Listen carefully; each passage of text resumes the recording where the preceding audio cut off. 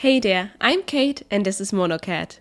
In this mini-series we will talk about how to adjust to riding in the winter season and colder temperatures.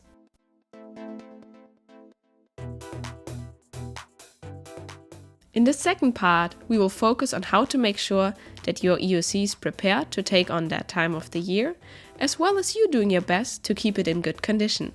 So, let's get this started.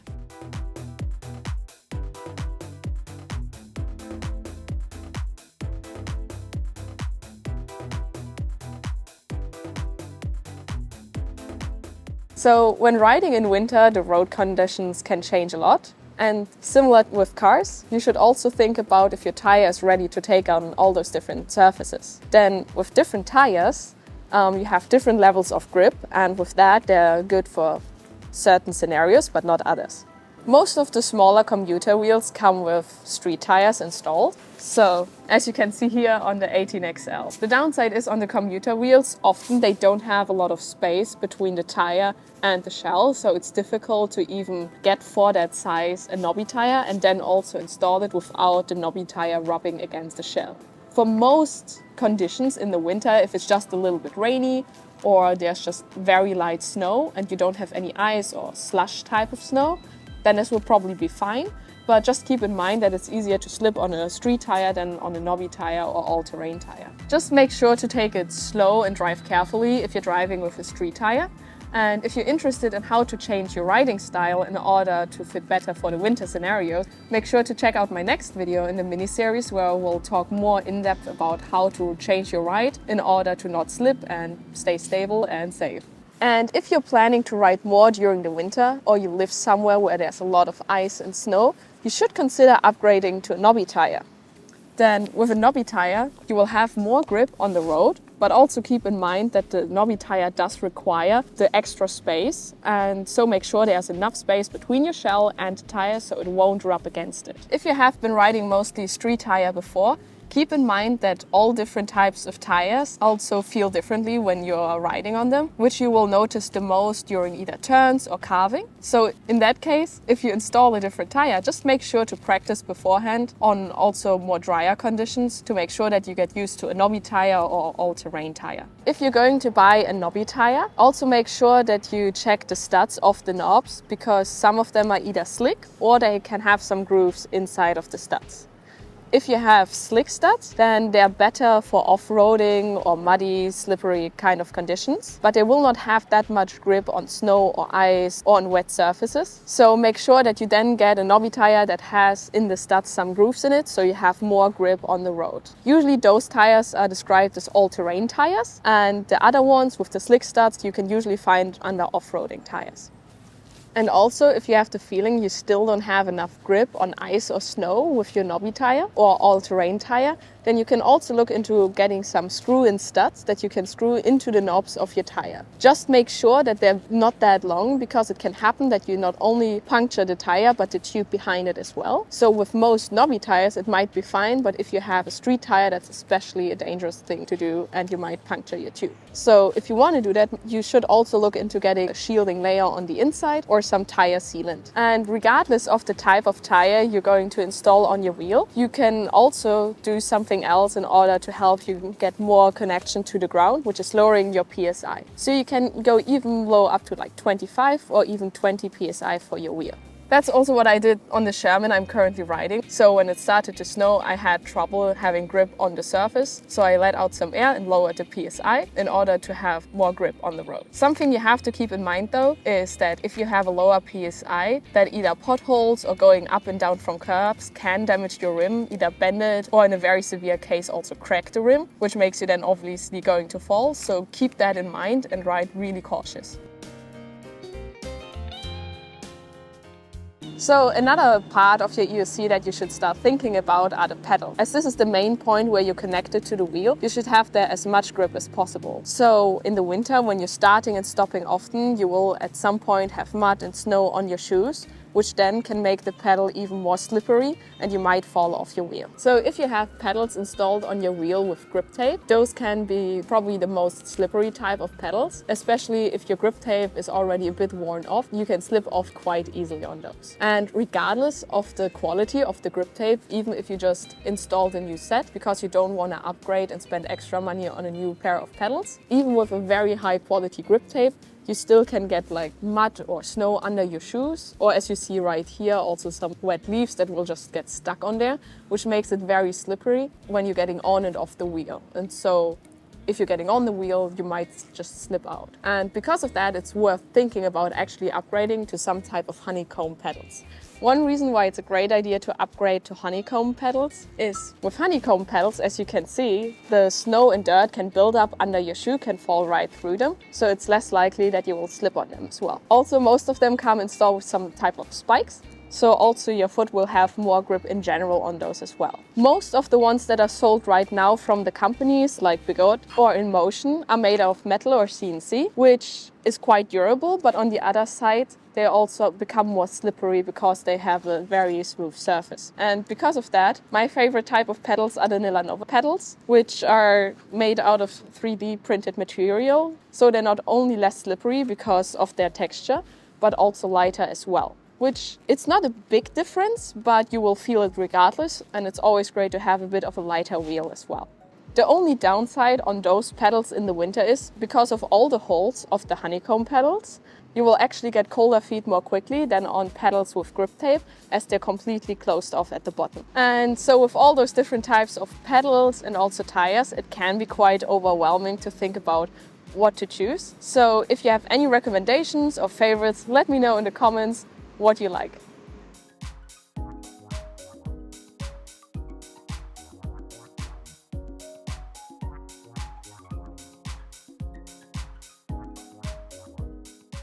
Swapping out pedals can be done by yourself, but changing out tires is more difficult to do on your own, as it's involved disassembling your wheel and disconnecting sometimes the battery.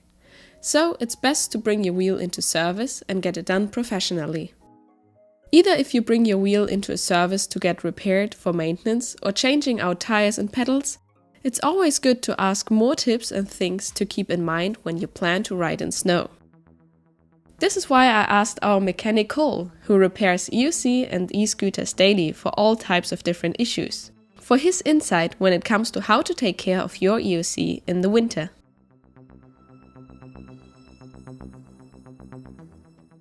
Alright, so for winter battery care for your EUC, there's a few golden rules you want to remember. One really important rule is under 5 degrees Celsius, you do not want to charge your wheel. And this is just a feature of the chemistry of them. When you charge them at those low temperatures, it causes a degradation inside the cells that decreases their capacity. And so when you're charging your wheel, you want to have it in a heated space in your home. In these winter months, you want to preferably have it in your apartment, in your house, not leaving it overnight or charging it in your garage if your garage isn't heated. There's a couple other benefits to having it in a heated space, and I'll get into that later. Another golden rule is if it's negative 17 degrees, you don't want to be using the wheel at all. Not charging it, not riding it. At that temperature, any use of lithium-ion batteries is going to be damaging them severely. One thing to keep in mind that's kind of interesting is Tesla Motors. In their firmware of their cars at 0 degrees Celsius, the cars do not allow regenerative braking. And this is an interesting topic when it comes to EUCs because unlike e-bikes and e-scooters, where generally that feature can be turned off, regenerative braking is integral to the function of an EUC. So the regenerative braking, which charges your battery and uses the motor as a generator to stop you, is needed in order to stop you on an EUC. And so in these cold temperatures, essentially when you're riding your EUC, you're slowly degrading the battery. There's no real way around that except, as I was mentioning, charging your wheel in your home overnight, keeping it warm.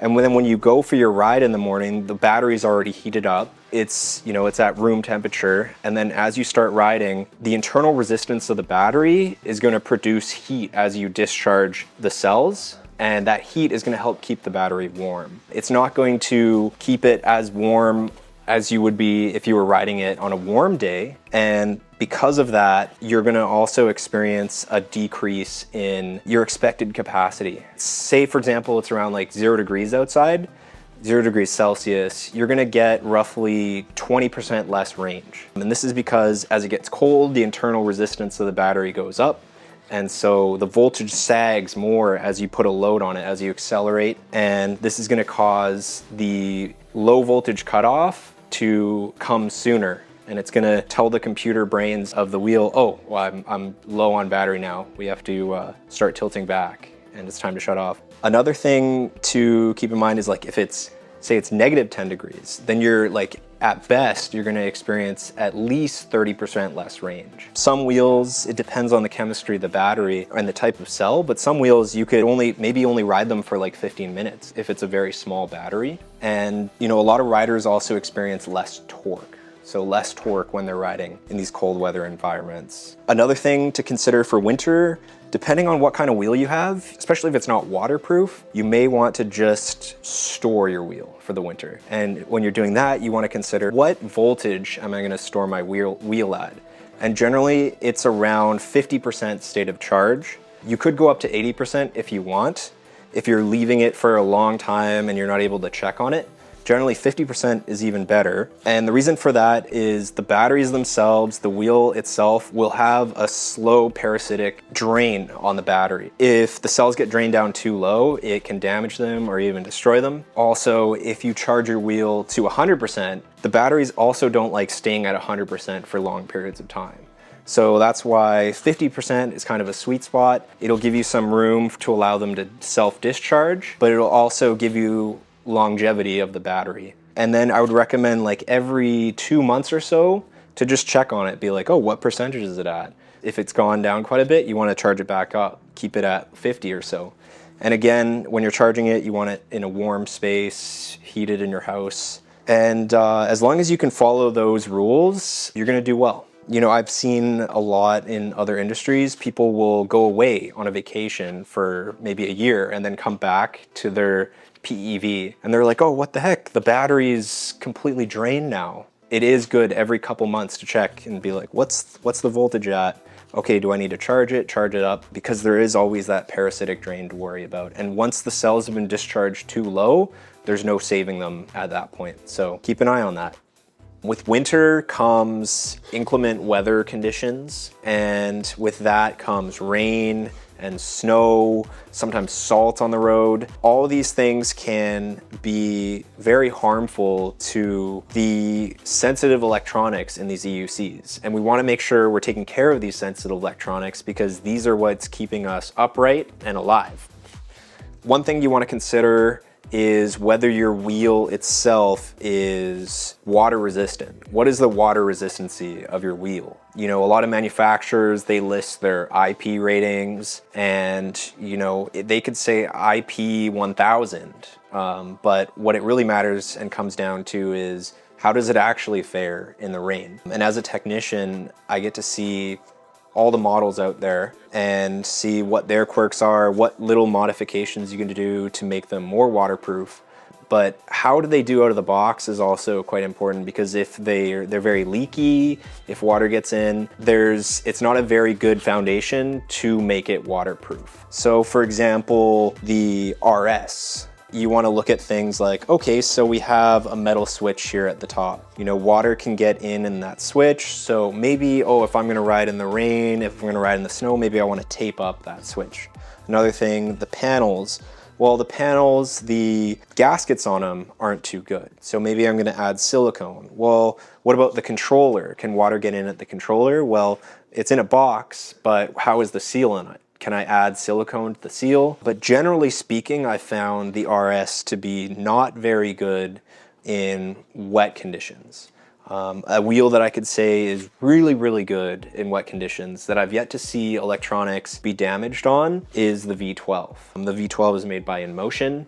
They also have the V11. The V11, very good for waterproofing, but their earlier models like the V5, V8, V10, not waterproof at all. There is water resistancy, but you're gonna get water in there getting at the electronics eventually. So that's something you want to consider, is how weatherproof is my wheel. V12, very, very weatherproof. And for wheels like the Master, you're gonna look at things like, oh, the battery case. Well, how hard is it for water to get into the battery case? Maybe I can add silicone there. What did they use for a gasket? Well, on the Master, they decided on a foam gasket. Foam gasket isn't really gonna do much in terms of water getting in there. So you might want to add extra weatherproofing around the cover.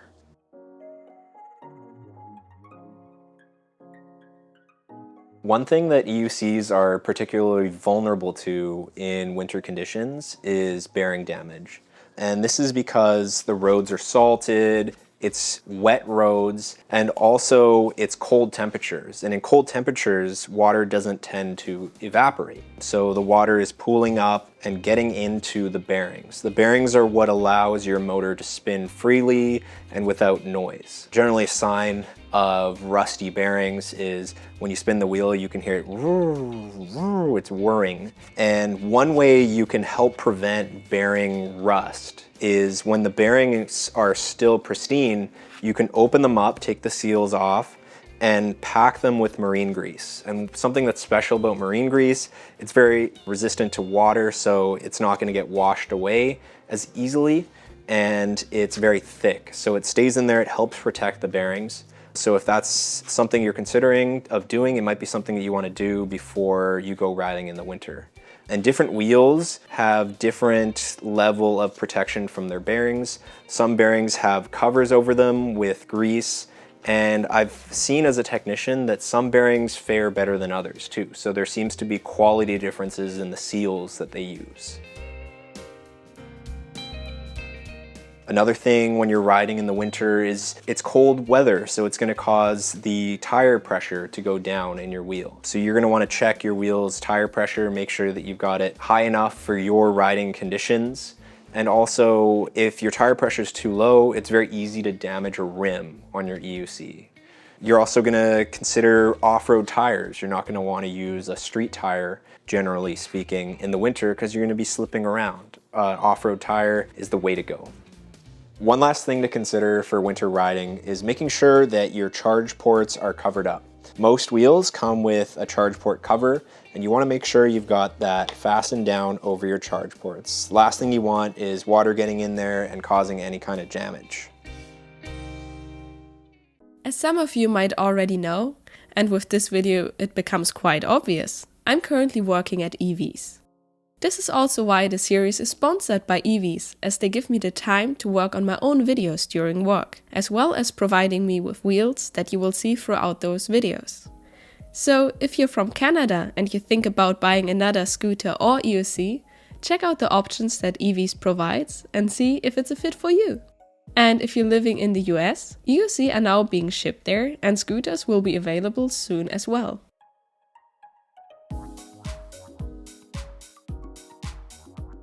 When it comes to water resistance rating, you should know what your wheel is rated to withstand. In some cases, water damage can void the warranty provided by retailers or manufacturers. So it's good to think about the risks and damages that can happen to your device when riding in the winter. If you're unsure about the water resistance rating of your device, it's a good idea to give your retailer a call or ask members in the community before risking an expensive water damage repair. Especially since some official ratings from the manufacturer for electronic devices don't reflect the actual water resistance of it. Some wheels that have been known to be reliable in most weather conditions are most wheels by InMotion, the Kingsong 18XL and the veteran Sherman and Sherman Max. With that being said, it's definitely crucial to get your wheel ready for the cold winter conditions. But even with the best preparation, you still need to watch out for the changes of the environment this weather brings. This is why the last video we're gonna talk about how to adjust your riding style and stay alert to your surroundings. If you enjoyed this video, please give it a like, and if you feel really fancy, you might subscribe. See you next time.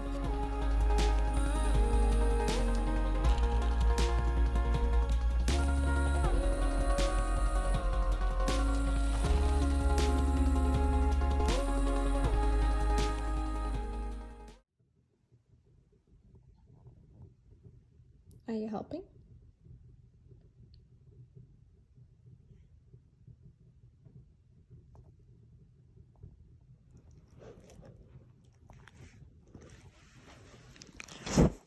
I take that as a no.